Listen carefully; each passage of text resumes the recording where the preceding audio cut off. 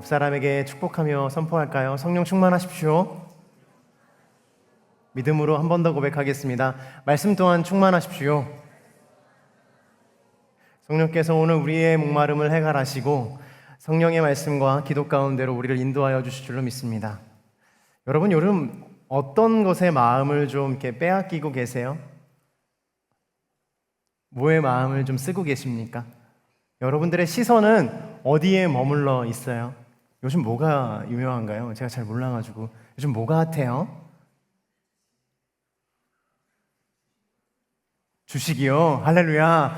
핫한 것 같습니다. 주식을 전혀 모르는 저도 그 주식에 대한 이야기가 들려올 정도로 주식이 핫해요. 제가 근데 이거는 너무 명확하게 아는데요. 비투하면 안 된대요. 여러분 무슨 말인지 아세요? 훌륭하십니다. 빚내서 투자하면 안 된다고 하더라고요. 오늘은 그런 걸 나누는 얘기가 아니니까 넘어가도록 하는데요. 정말로요, 세상에 많은 소리와 소문들이 존재합니다. 수많은 이야기들 속에서 살아간다고 이야기해요. 유튜브를 열기만 해도 우리의 시선을 붙잡는 제목들이 있어요. 바로 이런 것들이죠. 충격적인 실체, 절대 용서할 수 없는 이유, 이거 보면 화가 안 날 수 없습니다. 이러한 제목들, 어그로성 제목들이 있죠. 나도 모르게 막 클릭하고 있어요. 이상하게 우리의 마음을 자꾸 붙듭니다. 별로 보고 싶지 않았는데 보고 있잖아요. 왜냐하면 세상은 우리의 분노를 자극하고 불안을 건드리고 비교심을 깨우고 호기심을 흔드는 법을 너무 잘 알고 있어요. 반대로 이런 것들은 좀 어떻습니까?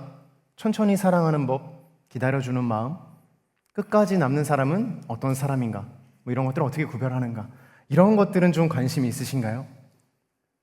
이런 말들 참 아름답지만 이상하게도 두 개가 같이 놓여졌을 때 이런 것보다 더 자극적인 내용을 먼저 클릭하게 되는 것 같아요.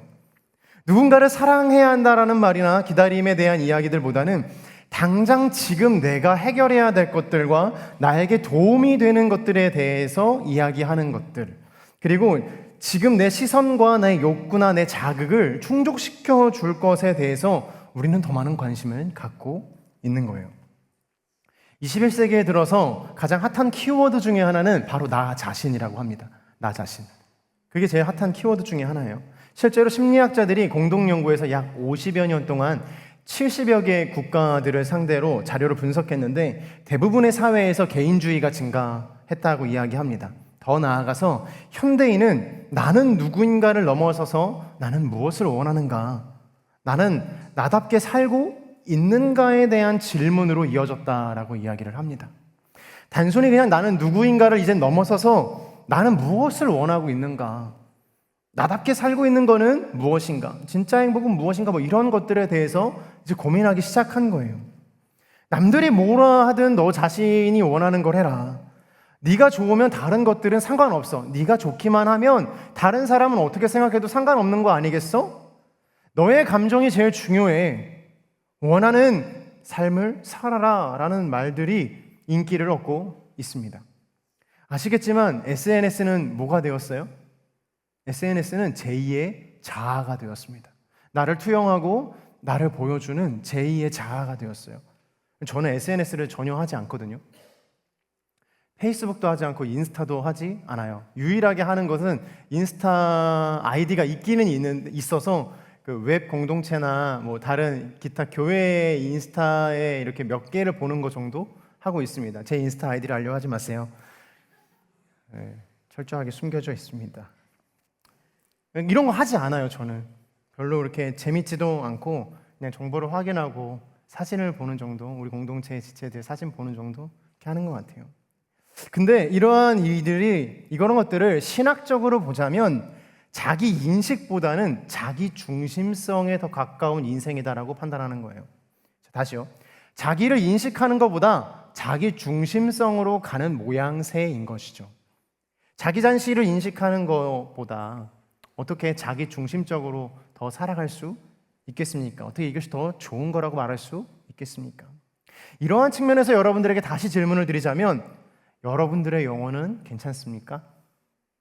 정말 중요한, 여러분들이 가지고 있는 것 중에 가장 중요한 그 영혼은 잘 돌보고 계십니까?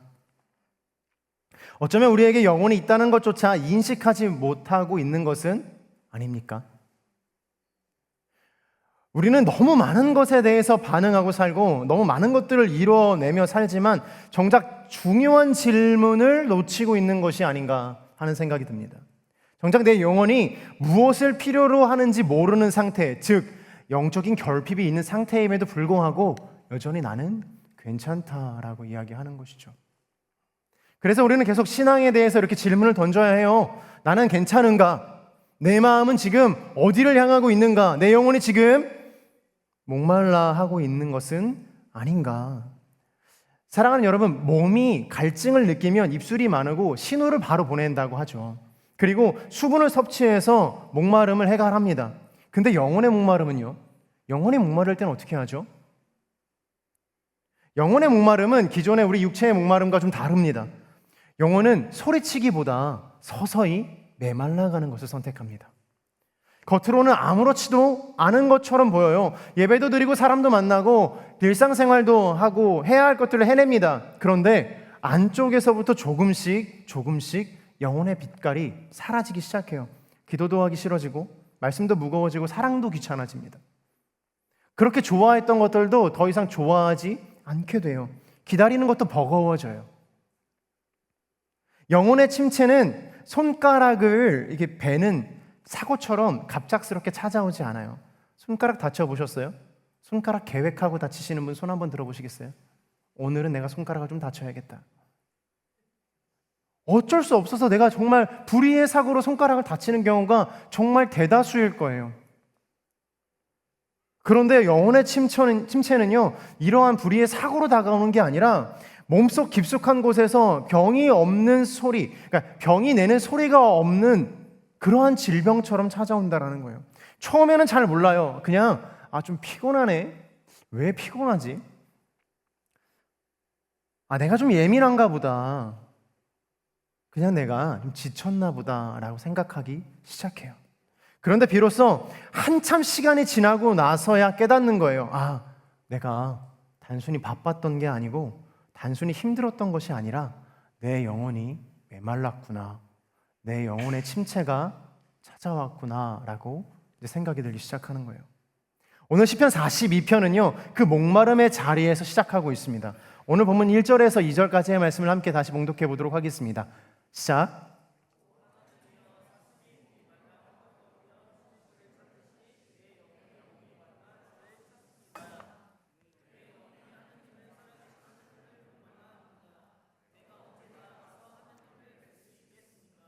한번 따라해 주시겠어요?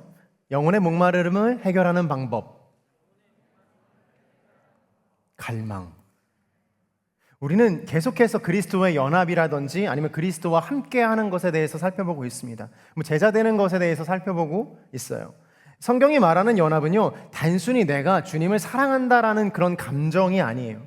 연합의 근본적인 시작은 하나님께서 우리를 그리스도 안에 있는 자로 여겨주시는 데서 시작합니다. 내가 다 이해하지 못해도 하나님께서 나를 그리스도의 안에 속한 자라고 여겨주시는 거예요. 내가 아직 완전하지 않아도 하나님께서 나를 예수님의 사람으로 여겨주시는 거예요. 내가 흔들려도 하나님께서 나를 제자로 여겨주시는 것입니다. 그러므로 믿음은 내가 나 자신을 바라보는 방식이 아니라 하나님께서 나를 어떻게 여기시는지를 붙드는 것이에요. 그러니까 믿음은 하나님께서 나를 어떻게 생각하시는지, 하나님께서 나를 어떻게 정의하시는지를 붙드는 거예요. 상담을 하다 보면 이런 질문들을 참 많이 받아요. 내가 정말 주님과 연합된 사람인지 어떻게 알 수 있습니까? 내 안에 정말 믿음이 있는지 어떻게 알 수 있습니까? 나는 주님 믿고 싶은데 자꾸 흔들려요. 이런 나도 주님의 사람입니까? 막 이러면서 신앙의 질문들을 막 던집니다. 근데 이 대답의 중요한 정답의 단서가 바로 갈망이다라는 거예요. 오늘 본문의 시작은 사슴이 목말라 헐떡이며 시냇물을 찾듯이 내 영혼이 헐떡이며 살아계신 하나님을 목말라 한다라고 이야기를 하고 있어요.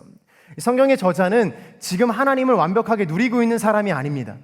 오히려 하나님으로부터 멀리 떨어진 사람이죠. 그러니까 이런 거예요. 하나님과 너무나도 멀리 떨어졌고 기도의 열정도 식었고 찬양의 마음도 이제는 없습니다. 말씀을 더 이상 보기도 싫고 오랫동안 섬겼던 모든 것들도 이제 내려놓고 하나님과 함께 있었던 것을 이제 그만하고 싶다라고 이야기하는 사람인 것이죠. 하나님, 난 이런 것들에 대해서 잘 의미를 모르겠어요. 열심히 성경을 보고 찬양을 하고 노래를 불러봐도, 그리고 하나님에 대해서 아울리치도 갔다 오고 많은 것들을 했는데도 어떤 의미도 모르겠어요. 기쁨도 없고 감동도 없어요. 이런 상태로 지금 시편의 저자가 이야기를 하고 있는 것입니다. 특별히 4절을 보면 이렇게 기록되어 있죠. 내가 많은 사람들과 함께 그 행렬을 이끌고 하나님의 집으로 가며 명절을 지키러 가는 사람들 사이에서 기뻐 외치며 찬양했습니다. 뭐예요? 과거형이죠. 과거형이에요. 저는 이 본문을 보면서, 이 구절을 보면서 참 안타까웠습니다. 찬양하겠습니다 하면 얼마나 좋겠습니까? 근데 우리의 영혼에 그럴 때만 있는 것은 아니에요. 찬양했었습니다. 내가 과거에 예수님을 좀 사랑했었습니다. 내가 과거에는 신앙생활 좀 했었습니다. 이런 것이죠. 오늘 성경의 저자는 고라 자손이라고 이야기하고 있거든요. 이 고라 자손은 누구인가? 이 다윗 시대부터 성전에서 찬양과 음악을 담당했던 레위 지파의 한 자손이었어요. 이 말은 이들이 리더십이라는 이야기죠. 공동체의 중심에 서 있는 사람들이고 믿음의 선봉에 서 있는 사람들이라는 뜻입니다. 이들이 많은 사람들과 앞에 서서 그 행렬을 이끌고 명절을 지키러 가는 수많은 사람들 앞에서 찬양을 했다라는 거예요. 근데 was 과거. 이들은 예배를 모르는 사람들이 아니었어요. 신앙이 없는 사람들이 아니었습니다. 예배를 너무나도 잘 아는 사람들이었어요. 예배의 자리에서 멀어졌을 때 이야기하는 것입니다. 사랑하는 여러분, 혹시 여기에 해당하시는 분들이 지금 계십니까? 내가 과거에 그런 분들 아마 계실 거예요. 찬양팀에서 열심히 찬양했었다. 손 한번 듣게 들어보시겠어요? 네, 몇 분 계시죠? 내가 과거에 1시간 정도는 넉넉히 기도했었다. 한번 손 한번 들어보시겠어요? 요즘 못하더라도. 네, 계시죠?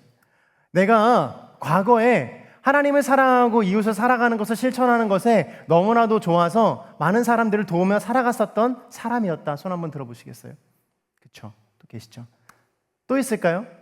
내가 과거에 아울리치나 공동체에서 하는 활동들 열심히 했었는데 이제는 너무 바빠서 하지 못하고 있다. 손 한번 들어보시겠어요? 또 몇 분 계시죠? 안 드신 분들은 전혀 어떤 열심도 해보신 적이 없으신 분들이세요?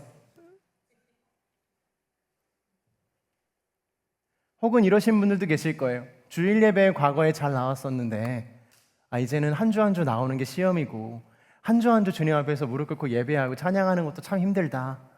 이렇게 생각하시는 분들도 계실 겁니다. 바로 그런 사람들의 고백이 오늘 시편 42편의 고백이다라는 거예요. 참 놀랍지 않습니까? 여러분, 잘 기억해야 되는 것은 이것이에요. 고라 자손이 무너져 있는 자리에서, 그리고 멀어져 있는, 하나님과 멀어져 있는 그 자리에서 하나님을 찾고 있다라는 거예요. 하나님이 느껴지지 않는데도 하나님을 갈망하고 있다는 것이죠. 은혜가 선명하지 않음에도 불구하고 은혜를 누리고자 은혜를 갈망하고 있어요. 예배의 감격이 사라진 것 같은데도 다시 이 자리에 나와서 찬양하는 거예요. 나의 예배를 받으소서 홀로. 찬양 인도자 막 이러고 있는데 영광을 이러고 있는 거죠. 왜 그렇게 하십니까? 저는 확신하건대요, 그 마음의 중심에도 이 고백이라도 들으신 주님을 갈망하고 있는 것이 아닙니까? 아이가 엄마를 잃어버렸어요. 아이가 엄마를 잃어버렸습니다. 백화점에서 엄마를 잃어버렸어요. 아이가 어떻게 하겠습니까? 엄마가 없다라는 걸 인지한 순간부터 어떻게 해요? 엄마를 이르죠. 엄마를 불러요. 저희 어머니 이름이 현식이거든요. 저희 어머니가 너무 싫어하시는 이름 중에 하나인데 문현식 씨예요. 집사님이신데 제가 엄마를 잃어버렸다 칩시다. 그러면 어떻게 하겠어요? 엄마 부르다가 너희 엄마 이름이 뭐니? 현식이요. 막 부르지 않겠어요? 아이가 엄마를 잃어버리는 순간부터 아이는 엄마를 애틋하게 찾아요. 근데 아이가 엄마를 찾지 않는 순간이 있습니다. 언제인지 아세요? 자기에게 엄마가 없다라고 인지한 순간부터 아이는 엄마를 찾지 않습니다. 그 아이가 엄마를 찾을 수 있는 이유는요, 단 한 가지. 내가 잃어버린 그 순간에 엄마도 나를 찾고 있다라는 생각을 갖고 있기 때문에 내가 여기에 있다고 엄마 이름을 계속 부르는 거예요. 내가 계속 엄마 이름을 부르다 보면 엄마가 나를 찾으시겠지. 엄마를 만날 수 있겠지. 그러나 그 아이에게 엄마가 없다고 칩시다. 그러면 그 아이는 엄마를 부르겠습니까? 아니요, 그렇지 않겠죠. 불러도 대답할 사람이 없으니까요. 보이지 않을 때 누군가의 이름을 부른다라는 건 그런 거예요. 왜 불러요? 그 사람이 리스폰스 할 거라는 걸 알고 있기 때문에. 사랑하는 여러분, 왜 기도하십니까? 기도의 가장 큰 이유 중에 하나는 응답하실 분이 계시기 때문 아닙니까? 갈망도 마찬가지입니다. 믿음이 없다라는 증거가 아니라 오히려 믿음이 있다라는 증거이죠. 내 마음이 하나님을 찾고자 갈망함을 가지고 있는가? 그래서 갈망은요, 믿음 없음이 아니라 오히려 믿음이 있음입니다. 이 고민이 없다면 믿음이 없는 것이 아니에요. 다만 영적인 침체를 겪고 있는 것뿐입니다. 왜 나 구원 받았을까? 나는 구원받을 수 있을까? 왜 나는 믿음이 약할까? 나는 왜 하나님을 더 뜨겁게 사랑하지 못할까? 나는 왜 돌파하지 못할까? 나는 왜 기도나 찬양이나 말씀들이 왜 늘지 않을까? 이러한 고민을 한다라는 것 자체가 영적인 갈망 안에 있다라는 것이에요. 상관없는 사람들은 이러한 생각조차 안 합니다. 왜 기도가 안 될까? 뭐 이런 생각 안 할 거예요. 아까 손 안 드셨던 분들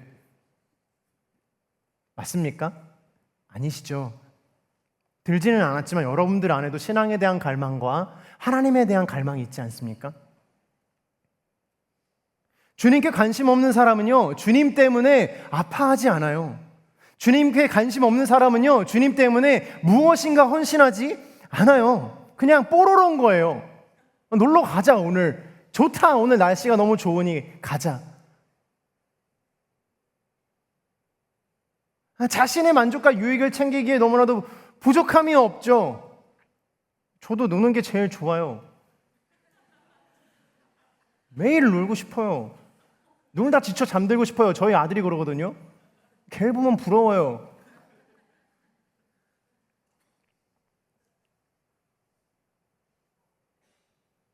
근데 그럴 수 없겠죠. 나와 무엇인가 상관이 있는 것들이 있잖아요. 나에게 갈망이 있고 내 원함이 있고 내 소망이 있습니다. 믿고 싶은데 잘 믿어지지 않아 괴로운 것, 기도하고 싶은데 기도가 막혀 답답한 것, 주님을 사랑하고 싶은데 마음이 식은 것 같아 슬픈 것, 이런 모든 것들이 다 갈망의 표현이라는 거예요. 사랑하는 여러분, 뭐라고요? 갈망의 표현이라고요. 사실 우리는 앞서 이야기했던 하나님의 은혜나 기도나 찬양이나 이 말씀의 은혜가 없을 때 어떻다고요? 우리의 상태가 사슴과도 같은 목마름을 느낀다라고 이야기를 했습니다. 이것이 우리의 영적인 상태를 이야기하고 있는 거예요. 성경에서는 그럼 왜 사슴이라는 동물을 인용했을까요? 이 고대 이스라엘 지역에서의 사슴은 흔한 동물이 아니었거든요. 척박하고 건조한 기후가 되면 비가 거의 오지 않아서 평소에 흐르던 시냇물들이 다 말라 비틀어집니다. 그런데 사슴의 치명적인 약점이 하나가 있는데, 사슴은 몸에 열이 많아서 수분 소비가 빠르대요. 그래서 수분을 제때제때 섭취를 해서 체온을 조절하고 이 목마름을 해결해야 된다는 거예요. 근데 그렇지 않으면 당연히 생명에 위독해지겠죠. 근데 더 놀라운 건 무엇이냐면, 이것만 해도 위험한데 목이 극도로 마르게 되면 한 가지를 더 잃어버리는데 후각을 잃어버린대요.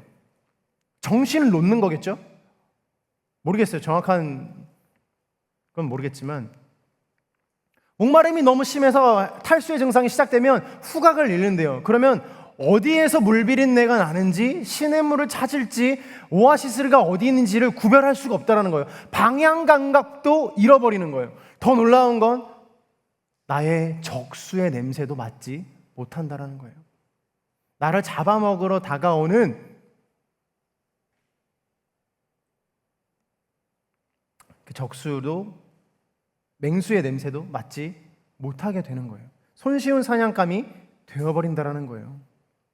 그래서 사슴이 시냇물을 찾듯 우리가 주를 찾는다라는 그 비유는요, 그만큼 목숨이 위험하니 주님을 찾아야 된다는 거예요. 영혼의 갈망은요, 사실 우리가 생각하기에는 목숨이 위험한 정도는 아니에요. 근데 사랑하는 여러분, 여러분들 아마 주변에 그런 분들 있을 거예요. 저 사람 보고 있는데 정말 영혼이 없는 것 같다. 옆 사람 한번 봐보세요. 영혼이 있어 보여요?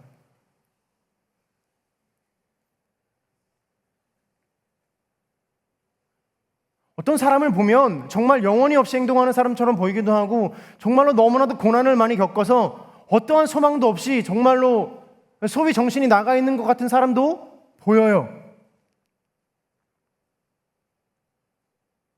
몸은 건강한데 영혼이 건강하지 못할 때 오히려 그때가 더 생명이 위독한 때라고 이야기를 하고 있는 거예요. 우리의 영혼이 죽어가고 있는 것이죠. 여러분, 다시 한번 말씀드리지만 영혼의 침체나 그 영혼의 상태를 잘 캐치하지 못하는 데에 우리의 문제가 있어요. 그러나 갈망이 우리 안에 있다면 영적 침체나 우리의 믿음의 소실이 한순간에 찾아올 때라도 하나님을 사랑하고 있다는 증거가 됩니다. 뭐가요? 갈망하며. 사랑하는 여러분, 누군가를 좀 그리워해 본 적이 있어요? 그리운 사랑을 해보셨어요? 오늘 상당히 메말라 계신데, 자, 이렇게 이야기하면 좀 커플이 있을 수 있으니까 넘어가는 거예요. 첫사랑을 한번 떠올려 보세요. 첫사랑이 가야 안 돼. 첫사랑 한번 떠올려 보세요. 그리워하나요? 그렇진 않아요? 지독한 기억이에요? 누군가를 그리워한다라는 건 연인과의 관계에서도 그리워할 수 있거든요. 그립기 위해서는요, 기본적으로 멀리 떨어져 있거나 자주 보지 못해야 돼요. 맨날 보면서 그리워하는 것은 거짓말이에요. 당신의 오빠와 당신의 그 동생이 거짓말하고 있는 중이에요. 속지 마세요. 1년이 지나고 2년이 지나고 3년이 지났는데도 그리워요? 아니요. 거짓말하고 있는 거예요. 이상한 사람이에요. 그리움이라는 건요, 기본적으로 디스텐스가 좀 있어야 되는 거예요. 자주 보지 못해야 되는 거예요. 연애를 시작하면 매일 보고 싶죠. 그렇잖아요? 그렇지 않습니까? 그런데 진짜 그러길 소망합니다. 근데 진짜 마음의 깊은 그리움은 언제 나오는가? 떨어져 있을 때, 한동안 보지 못했을 때, 한동안 그 사람과 이야기 나누지 못했을 때. 여러분들은요, 하나님을 그리워하고 있는 중이에요. 갈망은 그런 거예요. 멀어졌지만 더 가까이 가고 싶은 거죠. 그리움은 그래서 삶을 밀고 가는 힘이 됩니다. 주를 향한 갈망이 그리움이라는 것이에요. 그래서 여러분은 지금 하나님이 여러분 가운데 나타나지 않고 하나님을 배운 지가 오래되었지만, 하나님의 은혜가 충만한 지가 오래되었지만 여전히 이곳에서 예배하고 하나님을 향해 소리치며 기도하고 있는 것은요, 신앙을 힘있게 밀고 가고 있는 중인 거예요. 예배의 감격이 사라지고 기도의 언어가 막히고 하나님이 내 곁에 계신지조차 희미해져서 하나님과의 거리감이 느껴진다면 오히려 그 거리가 우리 안에 있는 하나님에 대한 그리움을 깨우게 될 줄로 믿습니다. 하나님을 당연하게 여기던 마음이 무너지고 내 영혼이 살아계신 하나님을 갈망합니다 라고 고백하며 다시 태어나는 것이죠. 그럼에도 불구하고 우리가 영적인 침체를 경험하고 그것조차 깨닫지 못할 때는 어떻게 해야 할까요? 오늘 본문 9절과 10절과 11절의 말씀을 함께 보도록 하겠습니다. 시작.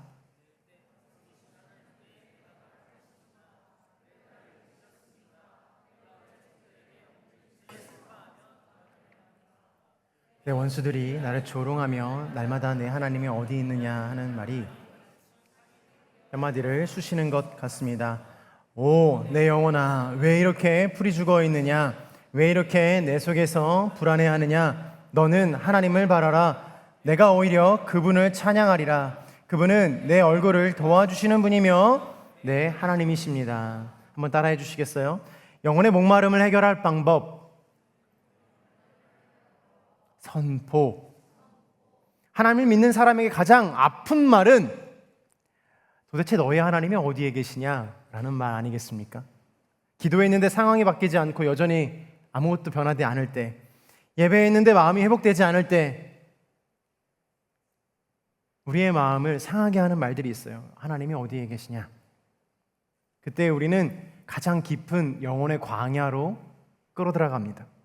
겉으로는 아무 일도 없는 것처럼 보이지만 내 안에는 풀이 죽어 있어요. 마음이 불안하고 이유 없이 가라앉는 거예요. 하나님을 떠난 것이 아닌데 하나님이 선명하지 않은 거예요. 기도를 안 하는 것도 아닌데 기도가 잘 안 되기도 합니다. 은혜를 부정하는 것 또한 아닌데 은혜가 너무 멀게 느껴지는 것이죠. 마치 사슴이 광야에서 물을 찾지 못해 후각을 잃고 주저앉아 죽음을 맞이하고 있는 것과 유사한 것입니다. 이것에 대해서 유임 목사님 이렇게 말씀하셨어요. 한 가지 우리가 구분해야 되는 것이 있는데 바로 영적 침체와 매너리즘을 구분해야 한다라고요.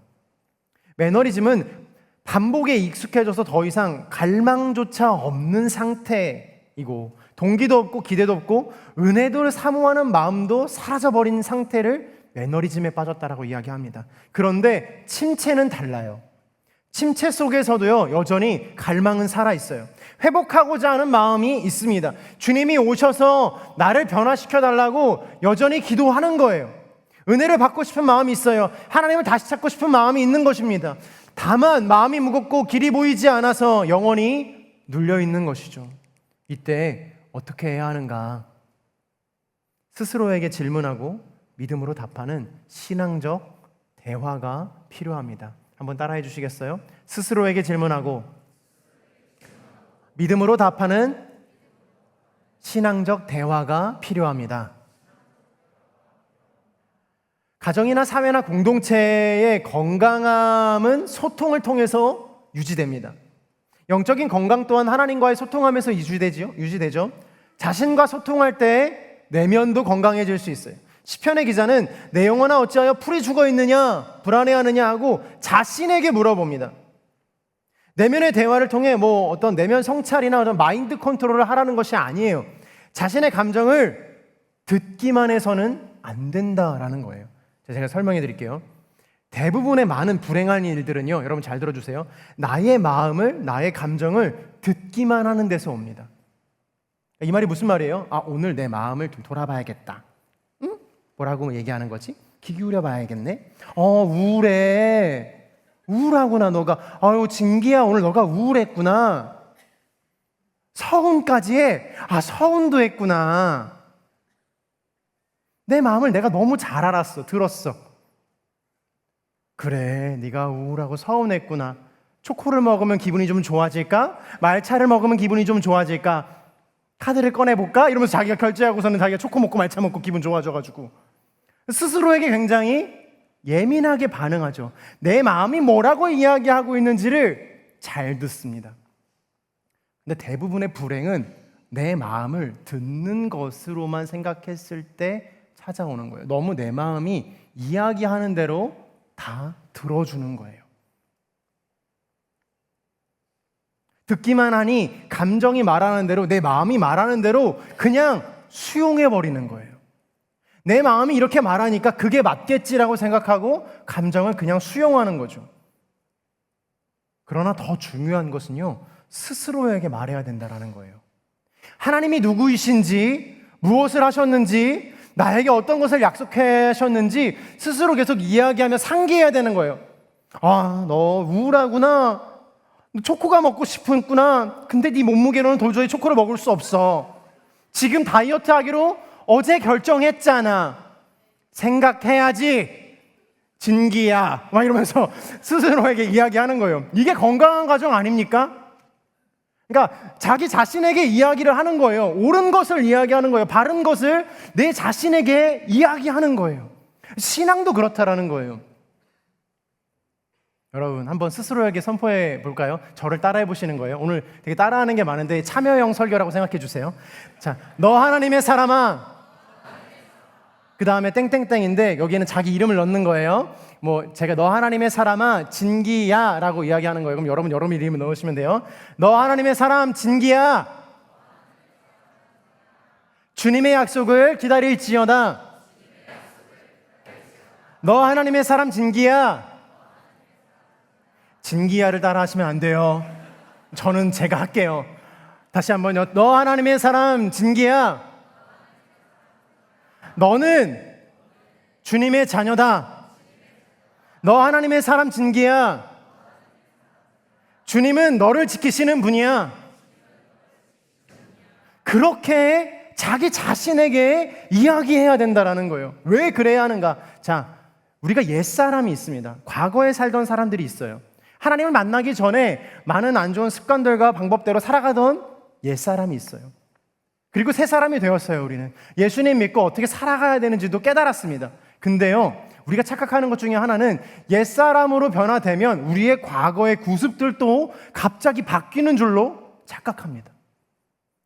분명 우리는 새 사람이 되어서 하나님의 뜻대로 살아가고 있는데 문득문득 내 안에 옛사람의 모습들이 나올 때가 있어요. 나는 이제 초코 끊었는데 초코 계속 먹고 싶네. 제가 그래요. 요즘 야식을 너무 먹어요. 큰일 났습니다. 제가 체중이 진짜 많이 나갈 때가 있었거든요.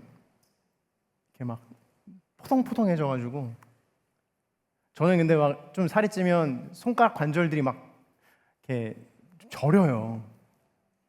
불쌍히 여기지 마세요. 여러분들도 제 나이가 되면 그럴 수 있어요. 대학부 한번 봅시다. 그래서 다이어트를 꼭 해야 됩니다. 근데 그 과거의 기억들이 떠올라서 너무 초코 먹는 것도 좋고 야식 먹는 것도 너무 좋을 때가 있어요. 막 치킨도 먹어요. 이것뿐이겠습니까? 과거에 있었던, 내가 예수님 믿기 전에 있었던 안 좋은 모습들과 안 좋은 습관들과 남을 판단했던 마음들, 뭐 이런 것, 다양한 것들이 옛사람의 모습으로 여전히 우리 안에, 나는 새 사람이 되었음에도 불구하고 하나님께서 나를 다시 만들어주시고 다시 세워줬음에도 불구하고 여전히 나의 구습들이 나의 발목을 잡을 때가 있어요. 그때 그 모습이 올라올 때 스스로에게 이야기해 줘야 되는 거예요. 과거의 진기야, 지금의 진기는 그렇게 하지 않아. 너의 주인은 바뀌었고 너의 주인은 하나님이셔. 너의 슬픔과 아픔을 책임져 주실 분이 계셔. 과거에는 너 혼자 신음하며 아파했지만 이제는 아니야. 잘 기억해. 진기야, 지금부터는 하나님만 의지하며 살아가야 해. 라고요. 목사가 되는데 10년은 걸립니다. 횟수로만 그냥 10년이 걸려요. 근데 제가 목사라는 타이틀을 달고 나서 들었던 생각이 뭔지 아세요? 목사 되려면 아직 멀었다였어요. 왜 그렇습니까? 목사의 타이틀을 단다고 해서 진짜 목사가 되는 건 아니더라고요. 더 수양하고 더 고민하고 성도를 더 사랑하는 마음들과 헌신하는 마음들과 사랑하는 마음들, 제 안에 과거에 있었던 그 모진 말들을 벗어내고 모진 이야기들을 다 씻어내고 다시금 태어나는데 최소 10년은 더 걸리는 것 같아요. 아직도 저는 멀었어요. 목사의 전성기가 언제인지 아세요? 50대래요. 50대. 저는 아직 멀었죠. 감사하게 생각하고 있어요. 너무나도 부족한 목사여서, 너무나도 연약한 목사여서 전성기가 아직 안 왔다라는 것으로 위안 삼고 있는 겁니다. 믿음은요, 나를 새 사람으로 만드신 주님께 의지하여 옛사람인 나에게, 잘 들어주세요, 명령하는 거예요. 명령하는 거예요. 너 왜 낙심하고 있느냐? 구원 되시는 주님께 소망을 두라. 너 왜 불안해하고 있느냐? 주님께서 너의 도움이 되실 것이다. 믿음 좋은 사람에 대한 착각은요, 감정적으로나 신앙적으로 무너지지 않을 거라는 생각이에요. 기도 열심히 하면 안 무너질 거라는 생각이에요. 성경 매일 보면 안 무너질 거라고 생각하는 거예요. 믿음은요, 무너진 감정을 하나님 앞에 데려가는 것이고, 믿음은요, 그 무너진 자신에게 다시 명령하여서 너가 누구인지를 다시 확인하는 거예요. 감정이 말하는 대로 끌려가는 것이 아니라 하나님의 진리를 가지고 나에게, 그리고 무너진 감정에게 다시 말하는 거예요. 마틴 로이드 존스가 영적 침체라는 책에서 시편 42편에 대해서 이렇게 이야기했습니다. 한번 같이 읽어볼까요? 시작. 영적 침체의 중요한 문제는 우리가 자신에게 말하기보다 자신이 말하는 것을 그대로 듣는 데 있다라고 말합니다.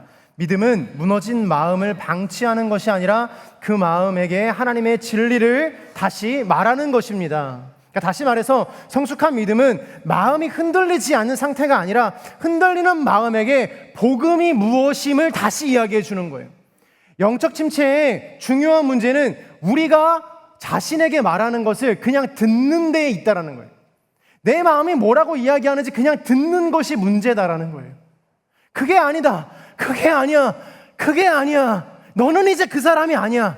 다시 말하고 다시 말하고 다시 말하고 복음의 진리를 다시 선포하고 무너질 때마다 하나님의 사랑을 다시 이야기하고 너는 그런 사람이 아니다라고 이야기하는 것, 그것이 복음이고 그것이 믿음이다라는 거예요. 사랑하는 여러분, 침묵도 언어인 거 아세요? 내 마음이 거짓말을 하고 있는데 아무 말을 하지 않는다면 그 침묵도 사실 그 거짓에 동의하는 거예요. 불안을 말하고 있는데 침묵한다면 그 침묵은 불안에게 내 마음의 자리를 내어주고 있는 거예요. 낙심을 말하고 있는데 내가 침묵하고 있으면 그 침묵은 낙심이 내 마음을 이끌도록 허용하는 거예요. 그러므로 사랑하는 여러분, 자기 자신의 영혼에게 선포하십시오. 믿음으로 선포하십시오. 복음으로 선포하십시오. 하나님의 성품을 이야기하십시오. 하나님께서 나를 어떻게 여기시는지를요. 믿음으로 아멘하십시오. 나는 지금 흔들리지만 버려진 사람이 아닙니다. 나는 지금 목마르지만 주님을 향한 갈망이 여전히 남아있는 사람입니다. 나는 지금 광야에 있지만 하나님은 나를 잊지 않았습니다. 나는 지금 낙심하지만 다시 하나님을 찬양하게 될 것입니다. 아멘. 그렇게 이끄실 주님 앞에 우리 감사와 찬양의 박수를 올려드리십시다.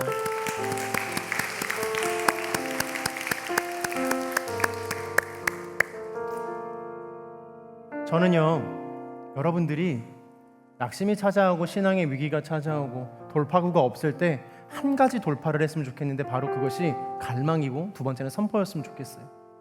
여전히 자신 안에서 하나님을 갈망하고 있다라는 그 마음, 여전히 예배당을 찾고 여전히 예배당 안에서 하나님을 찾겠다라는 그 열정, 그리고 포기하지 않고 자신이 누구인지 계속해서 자신에게 설명하고 이해시키고 선포하는 그 믿음, 그 믿음으로 살아내시기를 주님의 이름으로 축복합니다. 여러분들의 인생을 어떻게 살고 계세요? 여행자처럼 살고 계세요? 여행하러 오셨어요? 여행자는요, 끊임없이 요구합니다. 왜냐? 여행의 비용을 지불했기 때문이에요. 내가 원하는 만큼 만족스럽지 않으면 불평합니다. 기대했던 풍경이 아니면 실망합니다. 내가 계획한 일정이 틀어지면 화가 납니다. 아울리치 때 그렇죠.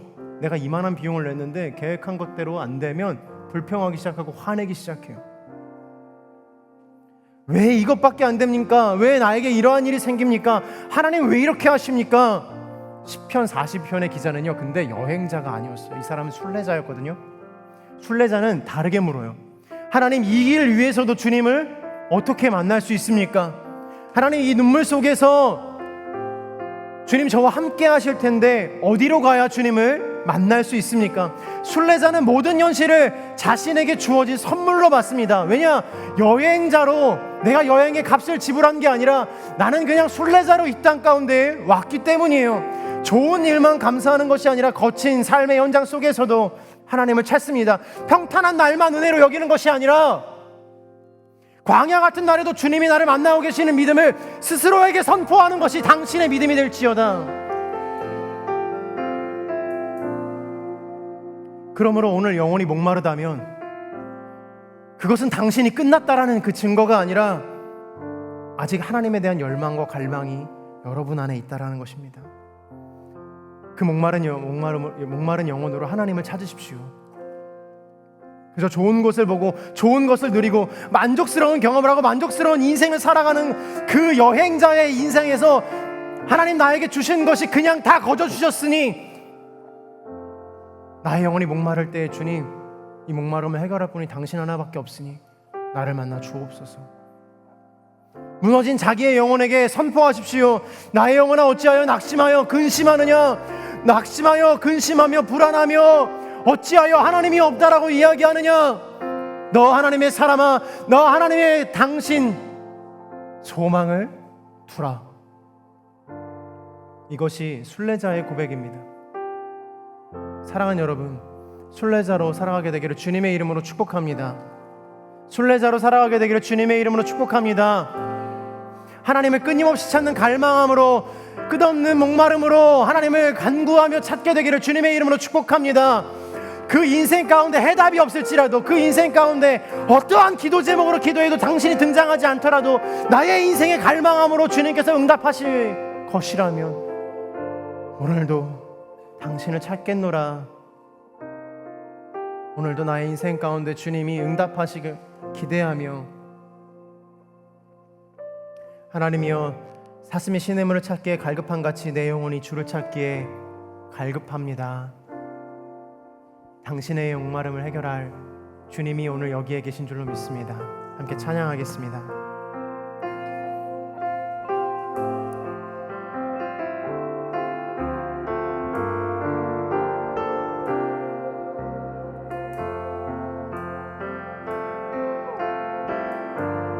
나의 소망 되신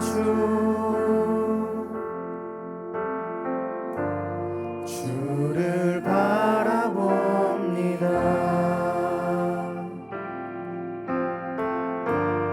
다시 오실 나의 왕 예수,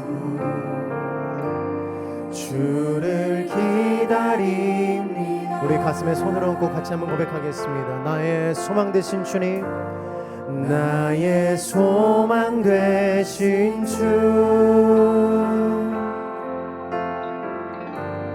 주를 바라봅니다.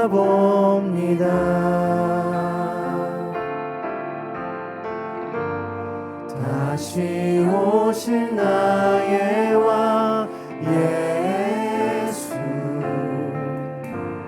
주를 기다립니다. 밤이나 낮이나 어제나 오늘도 영원히 주만 찬양해.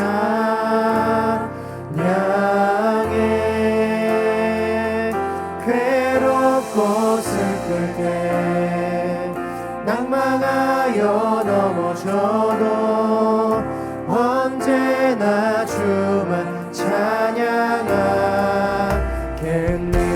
밤이나 낮이나 어제나 오늘도 영원히 주만 찬양해.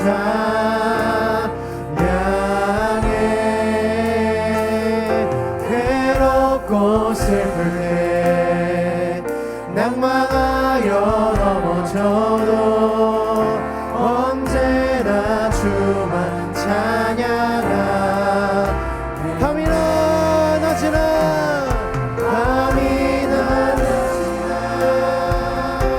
어제나 오늘도 영원히 주만 찬양해.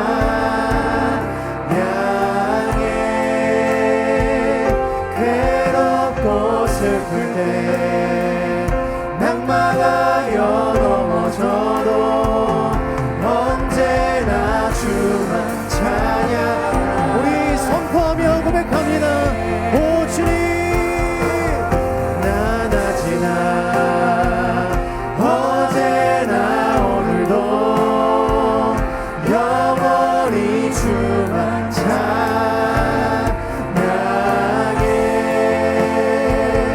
괴롭고 슬플 때 낭망하여 넘어져도 언제나 주만 찬양. 우리 전심으로 한번 같이 기도할 때, 하나님, 나의 인생의 밤이나 낮이나 하나님, 과거나 오늘도 하나님 영원히 주만 찬양하기를 소망하는 인생이 되게 하여 주옵소서. 나의 영혼아 주님을 찬양할지어다. 괴롭고 슬픈 날에도, 낭망하여 쓰러진 날에도 나의 인생의 주인이 어디 있는지 확인하며 나를 누구라 부르시는지 주님의 사랑을 기억하며 찬양하는 인생이 되게 하여 주옵소서. 우리 이렇게 원하시는 분들마다 주여 한번 외치며 기도하며 나아갑니다. 주여. 오 하나님,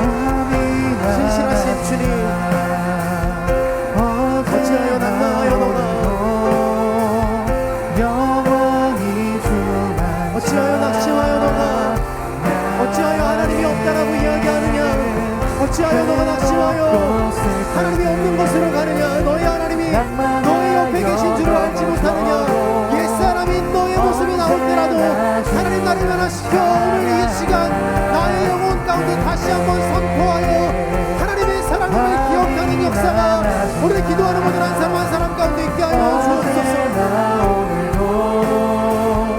영원히 주만 찬양해.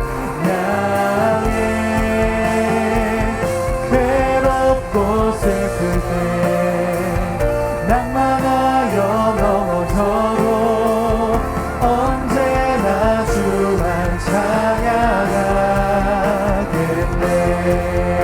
낙심한 영혼 가운데 밤이나 깊은 영혼 가운데 공허한 영혼 가운데 하나님의 은혜를 내려 주옵소서. 영혼의 갈망이 있는 인생들 속에서 그 외침들 속에서 하나님을 발견하는 거룩한 역사가 있게 하시고 그 갈망이 믿음 없음이 아니라 되려 하나님을 찬양하고 하나님을 찾는 하나님 영혼을 기억하게 하여 주옵소서.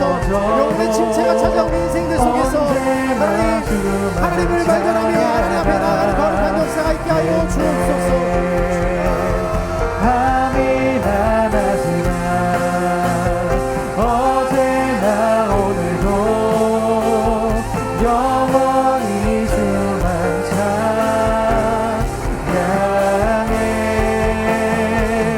괴롭고 슬플 때 낭만하여 넘어져도 언제나 주만 찬양하겠네.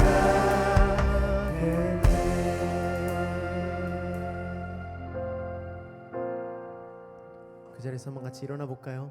다 같이 한 번만 기도합시다.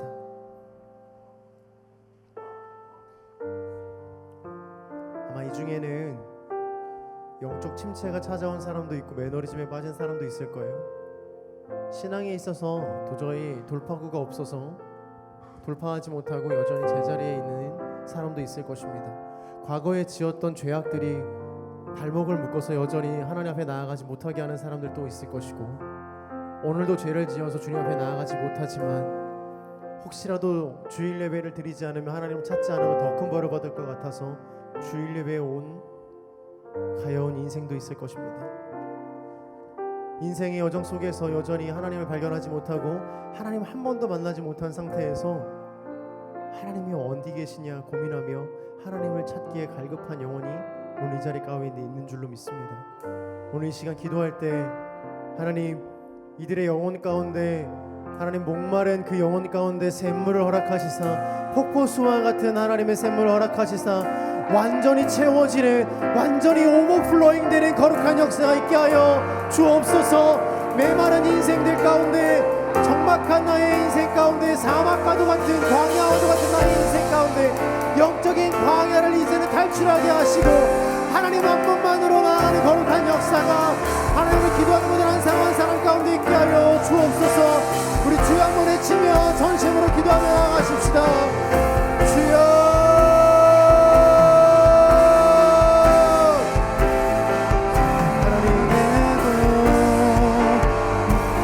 예배하네. 부르신 곳에서 나는 예배하네. 어떤 상황에도 나는 예배하네. 부르신 곳에서 나는 예배하네.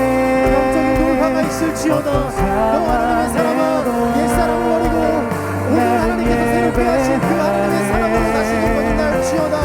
과거의 영적 문제는 다 떠나가고 모든 하나님 믿고 있었던 죄악들이 끊어지며 하나님의 사랑으로 다시 거듭나는 역사가 있게 하여 주옵소서. 신실하신 주님, 곳에서 우리의 정체성을 다시 거듭나며 영적 침체를 오늘 중단하며 종료하며 오늘 끊어내는 역사가 있게 하여 주옵소서. 부르신 곳에서 신실하신 주님, 성령을 하는 역사가 주옵소서. 우리의 영혼 가운데 찬양하는 마음이 하나님 끊이지 않게 하시고 계속해서 나의 마음 속에 있는 내 마음의 귀를 기울이는 것이 것이 아니라 하나님께서 나에게 뭐라고 말씀하시는지 그것을 나의 마음 가운데서 변화의 역사가 거룩한 역사가 일어나려 주옵소서. 변화받을지어다 깨어날지어다 우리의 역사가 하나님 있게 하여 주옵시고 성령의 충만한 역사로 다시금 하나님의 종도 되고 하나님의 사랑으로 제대로 변화시켜 주옵소서. 어떤 상황에도 나는 예배하네. 부르신 곳에서 나는 예배하네. 어떤 상황에도 나는 예배하네. 부르신 곳에서 예배하네. 어떤 상황에도 나는 예배하네.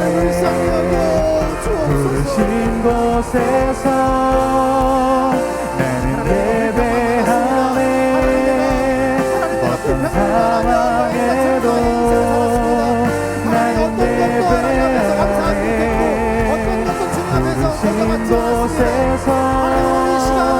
나는 예배하네. 어떤 상황에도 나는 예배하네. 부르신 곳에서 나는 예배하네.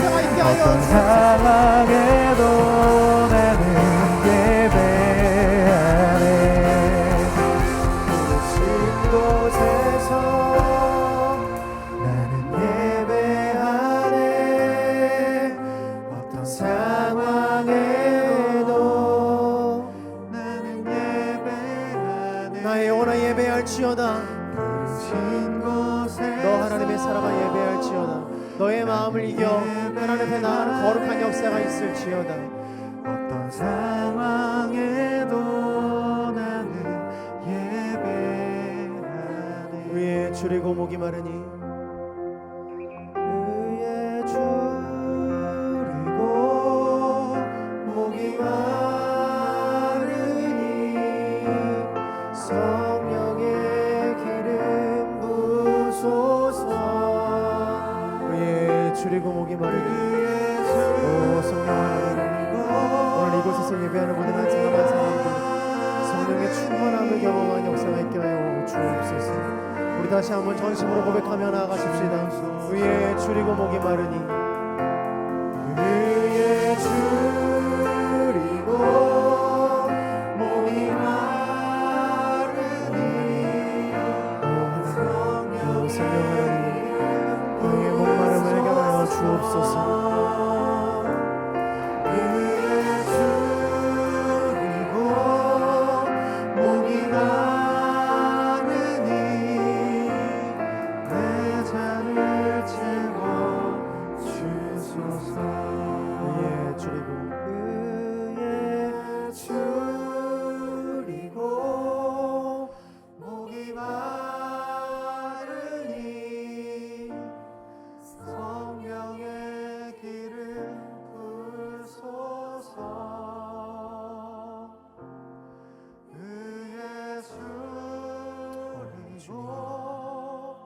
목이 마르니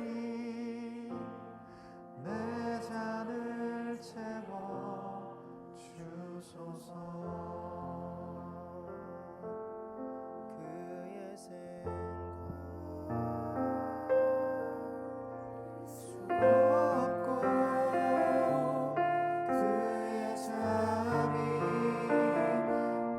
무궁하며 그의 성실 날마다 새롭고 그의 사랑 끝이 없던데 그의 생각 셀 수 없고 그의 삶이 무궁하며 그의 성실 날마다 새롭고 그의 사랑 으로 고백하십시다. 그의 생각 그의 생각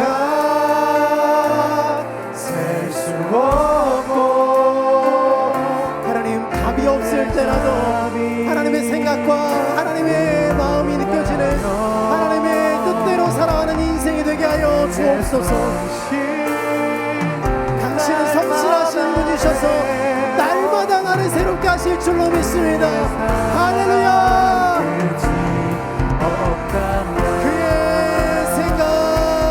그의 생각 셀 수 없고 그의 자비 무궁하며 그의 성실 날마다 새롭고 그의 사랑 끝이 우리 마지막으로 그의 생각 오 주님 영광을 받아 주옵소서. 주님 선하신 당신께 하나님 앞에 찬양하며 기도하는 모든 심령 가운데 하나님의 뜻을 보여주시고 하나님의 선하신 계획을 보여주옵소서. 사슴이 목말라 하나님을 찾듯 오늘 주님의 계획과 주님의 뜻이 우리의 인생 가운데 새겨지게 하여 그의 사랑 끝이 없단다. 하나님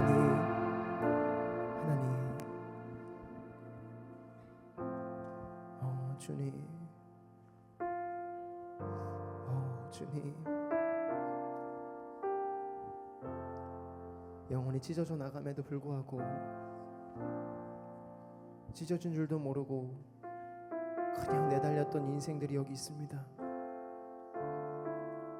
영혼이 상처 입음에도 불구하고 영혼이 여전히 메말라 물 한 모금 마시지 못하는 그런 촉박한 광야 속에 있음에도 불구하고 오늘 그냥 하루를 사는 것으로 만족하는 이 인생이 있습니다. 오늘 넘어가면 되겠지, 내일 넘어가면 되겠지, 오늘 죄 지어도 내일은 오니까, 오늘 하나님 없어도, 오늘 하나님과 어떤 관계도 없어도 하나님 나 사랑하시니까 괜찮겠지라고 생각하며 영혼을 점점 메마르게 하는 인생들이 있습니다. 하나님 제가 그렇습니다. 사랑하는 주님, 오늘 우리의 영혼이 목말라 시냇물을 찾기에 갈급한 같이 주님을 찾을 때 하나님 그 시냇물로 나아오라 말씀하시는 주님의 음성이 들리는 거룩한 역사가 있게 하여 주옵소서. 영혼의 목마름을 해결하시고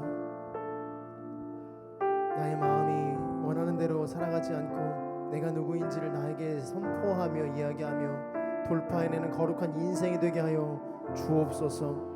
너 하나님의 사람아, 과거로부터 모든 것을 청산하고 주님의 사람이 될지어다.